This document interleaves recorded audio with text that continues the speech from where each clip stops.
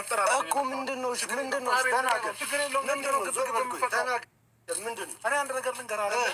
እኔ የመጣሁት እሷን ይቅርታ ለመጠየቅ ሌላ ነገር አይደለም። ምን ይቅርታ ነው? ምን ይቅርታ ነው? አራቦሽ በእግዚአብሔር ተፈለከው አብርሽ እንግዲህ እቅፍ አበባ ይዞ ሩታን ይቅርታ ለመጠየቅ ካለችበት ቦታ ሄዶ ነበር። እሷ ደግሞ በፍጹም ያልተጠበቀ እና ያልታሰበ ነገር ነው ያጋጠመው ማለት ነው። አይደለም እሷ ጋር ያለው ወንድሟ ወጥቶ ነው ጭራሽ ከዛሬ ጀምሮ ከሷ ጋር እንዳይገናኝ ራሱ ያደረገው ማለት ነው። ጭራሽ ከዛሬ ጀምረህ ራሱ እዚህ ሰፈራችንም እሷንም ማግኘት አትችልም ብሎ የባሰ ነገር አጋግሎበት ተመለሰ ማለት ነው። አብርሽ በጣም ትካዜ ውስጥ ነው ያለው ማለት ነው። ሰላም ሰላም፣ ውድና የተከበራችሁ የቻናል ተከታዮች እንዴት ናችሁ? እኔ ያለው እግዚአብሔር ይመስገን ሰላም ነኝ። እናንተ እንዴት ናችሁ? እኔ ጋር ሁሉም ሰላም ነው እግዚአብሔር ይመስገን። በያላችሁበት የዓለም ዳርቻ ሰላማችሁ ብዝት ትርፍ ይበልልኝ። ለቻናሉ አዲስ የሆናችሁ ቻናሉ ላይክ፣ ሼር፣ ሰብስክራይብ እያደረጋችሁ ቤተሰብ ያልሆናችሁ ቤተሰብ ሁኑ። በኮሜንት አበረታቱኝ ማለት ነው። ቤተሰብ የሆናችሁ ደግሞ በኮሜንት አበረታቱኝ። በኮሜንት እንግዲህ አስተያየታችሁን የምትፈልጉትን አስተያየት መጻፍ ትችላላችሁ ማለት ነው። አስተያየት አይከለከልም። ሀሳባችሁን ደግሞ እኛም በአስተያየት በምትጽፉት ልንማርበት እንችላለን። ዛሬ እንግዲህ እንዳያችሁት አብርሽ ሩታ ጋር ሰጣ ገባ ውስጥ ነው ያሉትኝ። በዛ ላይ ሩታ እርጉዝ ናት። በጣም ነው የምታሳዝነው። አብርሽ በጣም ነው በቃ የማይሆን ስራ እየሰራ ያለው ማለት ነው። አሁን ይቺ ልጅ ቢያንስ እርጉዝ ናት። እንክብካቤ በሚያስፈልጋት ሰዓት እሱ ከሌላ ሴት ጋር እጇን እየጎተተ ከአንዷ ጋር እየተለጠፈ እየመጣ አቃጥሎ ደፋት ትላላችሁ። አቃጥሎ ደፋት። ግን ለእናንተ ግን እኔ አንድ ጥያቄ ልጠይቃችሁ። ፍቅር እንደዚህ ከሆነ ትዳር እንደዚህ ከሆነ እኔ እንጀን ያላቅም ብቻ ይቅር። በህይወታችን ለምንድን ነው የምንቀልደው? በትዳራችን ለምንድን ነው? በፍቅራችን ለምንድን ነው የምንቀልደው? ለምን ቀልድ እዚህ ውስጥ እናስገባለን? እስኪ በፍቅር ቀልድ አለ? በህይወት ቀልድ አለ? በትዳር ቀልድ አለ? ቀልድ የለም። ለምንድን ነው ቀልድ የምትቀልዱት በህይወታችሁ በትዳራችሁ? ለምን? እና በህይወት በትዳር ቀልድ አትቀልዱ። በህይወቱ የሚቀልድ ሰው መቼም ትዳርም የለውም፣ ህይወትም የለውም፣ ፍቅርም የለውም። ሁሌ እየተለጣጠፈ ከአንዷ ጋር እየተለጣጠፈ መጨረሻ መውደቂያው ሳይታወቅ ነው የሚቀረው። ገንዘብ ደግሞ ፍቅር፣ ህይወት፣ ትዳር ይዞ ነው እንጂ ብቻውን አያምርም። ዝም ብሎ በሆቴል አንዱ ቤት እየሄድክ ሆቴል እያሟሟክ ቤርግ እየተከራየህ እያደርክ ሆቴል ጋር እያደርክ መጨረሻ ላይ ጎዳና ተዳዳሪ ነው የምትሆነው ማለት ነው። ስለዚህ አሁን ገንዘብ ስላገኘን ብቻ ከአንዷ ጋር እየተለጠፍን ባንሰራ፣ በህይወታችን በትዳራችን በፍቅራችን ቀልድ ባንቀልድ ደስ ይለኛል ማለት ነው። እንግዲህ አብርሽ ሩታ እርጉዝ ናትኝ ታውቃላችሁ። ሁላችሁ የማታውቁት ነገር የላችሁም።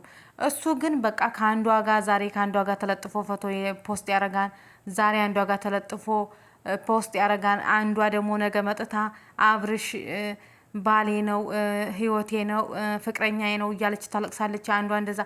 እውነት ለመናገር እኔ በሩታ አልፈርድም። እኔ ብሆን አንድ ቀን አላድርም፣ እሱ ጋር አንድ ቀን አላድርም። ምን አይነት ሰው እንደሆነ አላውቅም። ከስንቱ ሰው ጋር ነው ፎቶ የሚነሳው? እና በምታዩት ነገር እንግዲህ ሩታ በጣም የደም እንባ እያለቀሰች ነው ያለችው።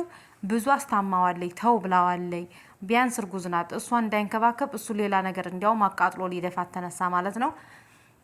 እንግዲህ እሱ ደግሞ አይታችሁ ከሆነ የአብርሽ አባት ድረስ መጥቶ በቃኝ አልፈልግም ባለችው የአብርሽ አባት መጥቶ ሁላ እየለመናት ነበረ። እሷ ግን እሺ ልትል አልቻለችም። እያለቀሰች ነው በፍጹም ከሱ እንደማትመለስ። ለአብርሽ አባትም ከቡታጀራ አዲስ አበባ ድረስ መጥቶ እየለመናት ነበረ፣ ተይ እያላት ነበረ። እሷ ግን ልትመለስ በፍጹም አልቻለችም። እያለቀሰች ነው፣ ሆድ እየባሳት ነው። እና እሱ አሁን እንክብካቤ በሚያስፈልጋት ሰዓት እሱ ሌላ ነገር እያደረገ ስለሆነ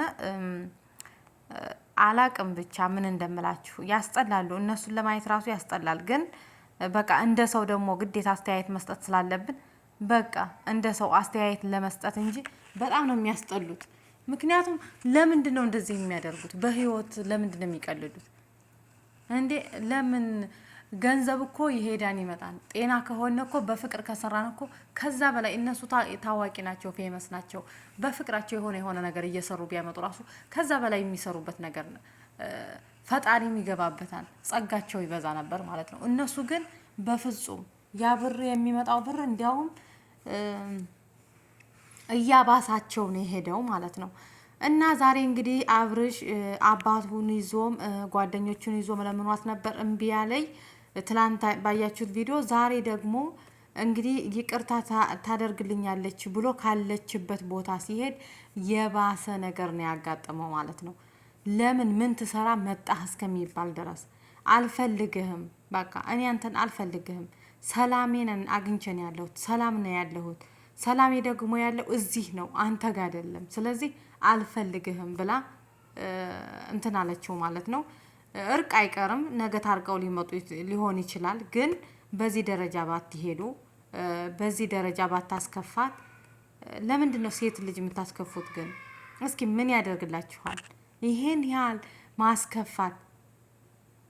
ሴት ልጅ አርግዛ፣ አሁን ሴት ልጅ ስታረግዝ በእርግዝና ወቅት ብዙ ነገር ያስፈልጋታል፣ ብዙ ነገር ያስፈልጋታል። እሷን ምን ትንከባከብባት፣ እሷን ምን ፈለግሽ፣ ምን አማረሽ፣ ምን አማረሽ፣ ምን ትፈልጊያለሽ፣ ምን ልግዛልሽ በምትባልበት ሰዓት ነገር እየጠበሰ ከሴት ጋር እየተቃቀፈ ሲመጣ አስባችሁታን? ሴት ልጅ አላቅም ብቻ ትላንትም ከትላንት ወዲያም አይታችሁ ከሆነ እያለቀሰች ነው ያለችው። ሳምንት ሙሉ በቃ እያለቀሰ በለቅሶ ነው ያለችው። እና ይሄን ነገር ሁላችሁም ገብታችሁ ብታዩ ትማሩበታላችሁ ብዬ ነው የማስበው። እና ሴት ልጅ በፍጹም በዚህ ደረጃ እንትን አትበሉ። ዛሬ ደግሞ ገንዘብ ስላለህ የሆነ ነገር ስላለ ሴት ልጅ አንዷ ሴት እየመጣ ብትለጠፍብህ ነገ ሁሉንም ነገር ልታጣው ትችላለህ ማለት ነው። ፍቅር ግን አይገኝም፣ በገንዘብም የማይመጣ ነገር ነው። ስለዚህ አሁን ገንዘብ አይተው ካንተ ጋር ወይም ደግሞ ፌመስ ስለሆንክ ካንተ ጋር ከአንዱ ጋር ብትለጠፍ ምንም የምታመጣው ነገር የለህም። ለራስህ ነገ ችግር ላይ ነው የምትወድቀው ማለት ነው። እና ተንከባክበህ ብትይዛት ቢያንስ ይች ልጅ እናት አለህ፣ እህት አለህ፣ እርጉዝ ናት። ስለዚህ ሁሉንም ነገር ትተህ እሷን ተንከባክበህ መያዝ ነበረብህ ማለት ነው። ይሄ ሁሉ ነገር ማድረግ አይጠበቅብህም ነበር። እና ሩታዬ እንግዲህ አልፈልግም ብላ ሁሉንም ነገር በእንባ ነው የእንትን እያለችው ያለችው። ተናግራ ሊወጣላትም አልቻለም።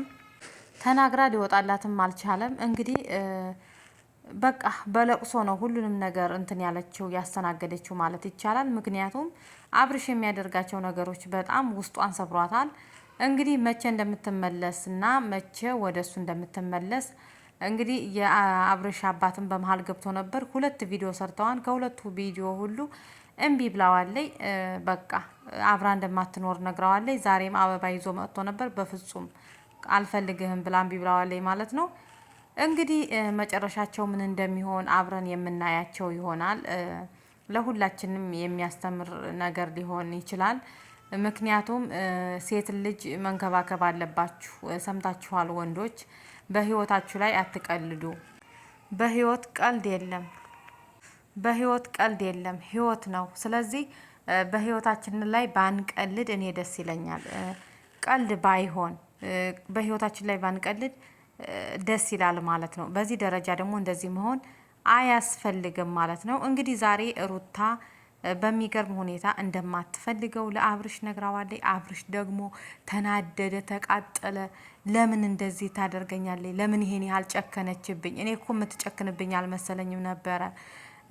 ለምን እንትን አልተቀበለችኝም? እሱስ ወንድሟስ እዛ አብሯት ያለው ለምንድን ነው እንደዚህ ያለኝ?